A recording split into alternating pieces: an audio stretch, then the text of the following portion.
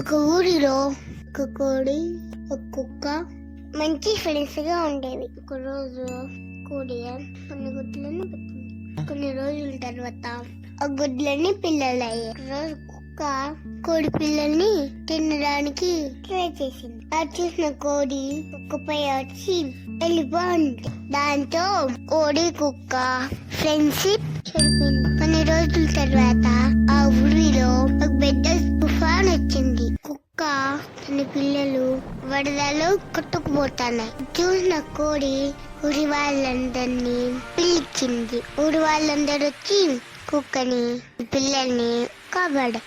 అది చూసిన కుక్క ఎంతో బాధతో కోడికి సారీ చెప్పి ఇంకెప్పుడు తన పిల్లల్ని బాధ పెట్టినానని అందరం కలిసిమెలిసి ఉందాం అని చెప్పి అది విన్న కోడి చాలా సంతోషంగా ఉండడానికి అంగీకరించింది. అని కలిసిమెలిసి ఆడుకోసాగు.